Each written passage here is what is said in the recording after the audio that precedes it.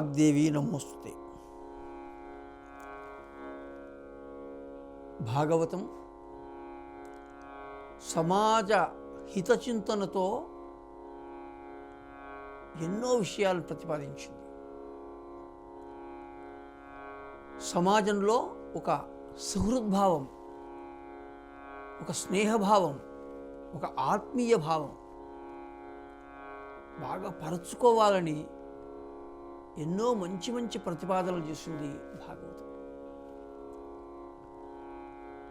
సమాజం బాగుండాలి అంటే మౌలికంగా ప్రతి మనిషిలోనూ పరహిత భావన రావాలి, పరోపకార భావన రావాలి, ఇతరులకు మేలు చేయాలన్న సంకల్పం కలగాలి.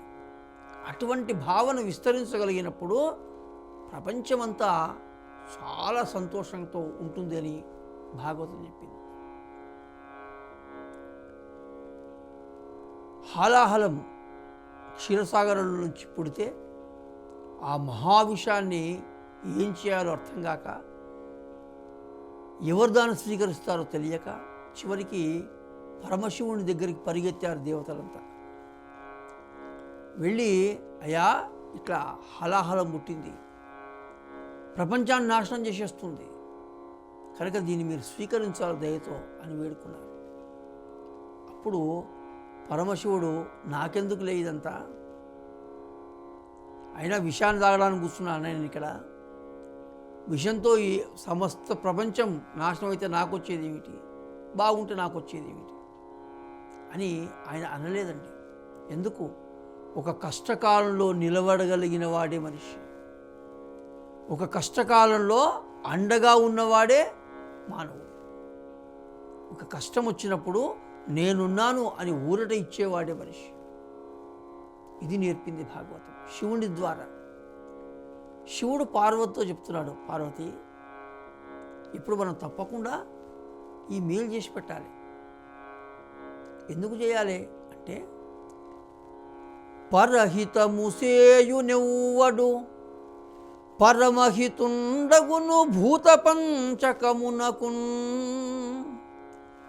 పరహితమే పరమధర్మము, పరహితునకు ఎదురు లేదు పర్వేందుముఖీ.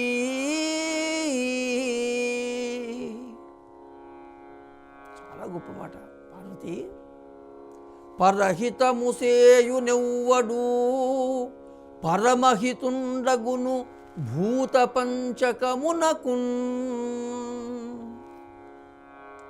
ఎవడైతే ఇతరులకు మేలు చేస్తాడో వాడు పంచభూతాలకు చాలా ఇష్టడైతాడు, పంచభూతాలకు మేలు చేసిన వాడైతాడు. ఎందుకు అంటే, పరహితము అన్నాం కదా, అంటే ఇతరులకు మేలు, ఇతరులకు మేలు చేస్తే చాలు వాడు పంచభూతాలకు చాలు ఇష్టడైపోతాడు అన్నాడు. ఎందుకైతాడు వాడు? ఇతరులకు మేలు చేస్తే పంచభూతాలతో సంబంధం ఏమిటి అంటే, పంచభూతాలు కూడా ఏం చేస్తున్నాయి? ఇతరులకు మేలు చేస్తున్నాయి. ఏమిటా పంచభూతాలు? పృథివ్యాపస్తేజో వాయురాకాశాత్ వేదం. పృథివీ అంటే భూమి, తేజస్సు అంటే అగ్ని, వాయువు గాలి,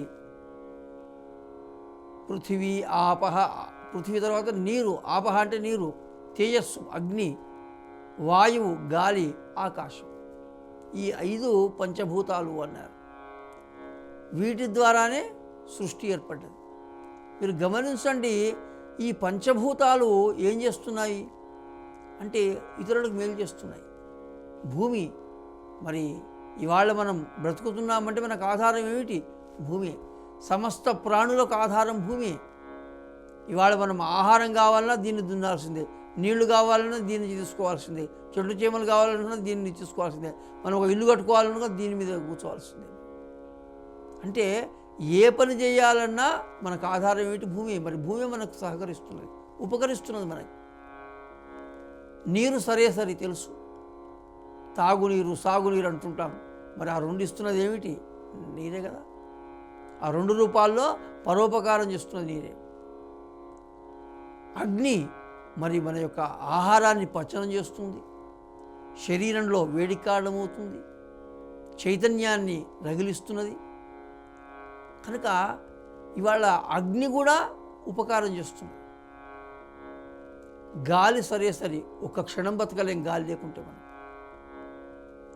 కనుక వాయువు ఎంత కీలకం మనకు తెలుసు. మరి ఆకాశం వర్షానికి కారణభూతమవుతుంది. ఇంకా రకరకాల వాటికి గ్రహాలకు ఇవన్నిటి కూడా అది నిలయంగా ఉన్నది. అంటే ఇవన్నీ ఏం చేస్తున్నాయి? ఏ భూతమన్నా తీసుకోండి, పరోపకారమే చేస్తున్నాయి. గమనించాలి. గురువు ఎవరో లేరండి, మన చుట్టూనే గురువులు ఉన్నారు. పంచభూతాలే పెద్ద గురువులు, పంచాచార్యులు వీళ్ళు. పంచభూతాలే పంచాచార్యులు. ఎందుకు? అవి నేర్పుతున్నాయి మనకు. నాయన మేము చేస్తున్నాం, అవి చెప్పడం కాదండి, చేసి చూపిస్తున్నాయి. ఆచార్యుడు అంటే చెప్పేవాడు కాదండి, ఆచారం గ్రాహయతీతి ఆచార్య, చేసి చెప్పేటువంటి వాడు, చేసి చూపించేటువంటి వాడు. ఏదైనా ఉట్టిగా చెప్తే ఉపన్యాసం అవుతుంది, చేసి చూపిస్తే ఆదర్శం అవుతుంది. కనుక పంచభూతాలు పరోపకారాన్ని చెప్పడం లేదండి, చేసి చూపిస్తున్నాయి. నేర్చుకోవాలి. గాంధీజీ గారిని అడిగారు, అయ్యా మీరేమైనా చెప్తారా ప్రపంచానికంటే? నా జీవితమే నా సందేశం అన్నాడు ఆయన.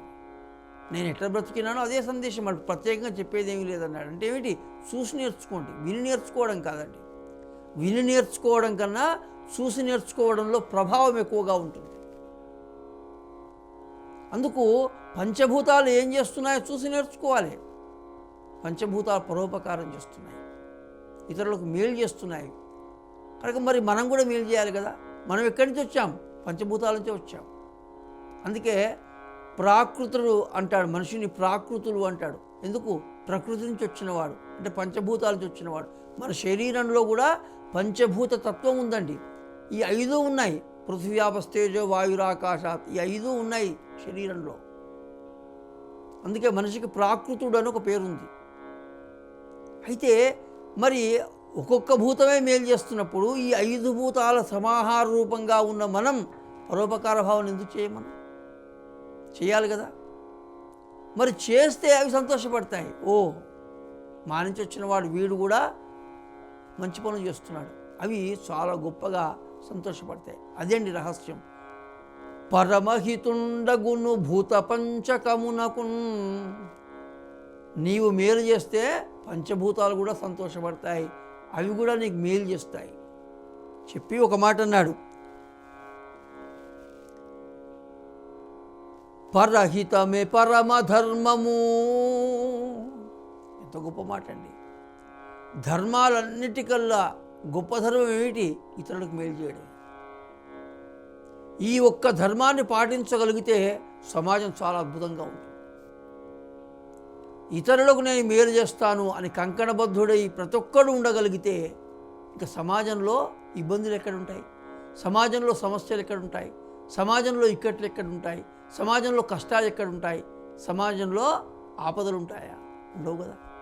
ఇంకా ఏది ఉండదండి. ఎందుకు అంటే నేను ఇతరులకు ఏ ఇబ్బంది వచ్చినా నేను ముందుంటా అని నిలబడగలిగినప్పుడు. ఇది అద్భుతమైనటువంటి మాట. కనుక పరమధర్మం ఏమిటయ్యా, ఉత్కృష్టమైన ధర్మం ఏమిటయ్యా అంటే పరహితమే.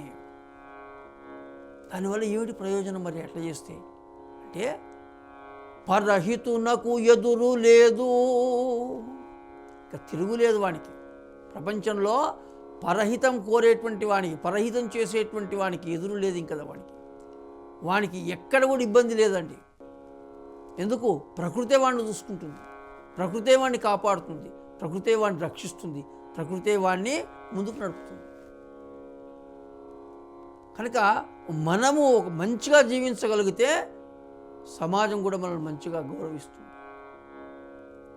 కనుక ఈ విధంగా పరోపకార భావన పెంపొందించుకోవడంలో మనిషి యొక్క జీవన సాఫల్యం ఉంది అని భాగవతం మనకు చెప్పింది. ఆ వైపుగా పయనించే ప్రయత్నం చేద్దాం. స్వస్తి.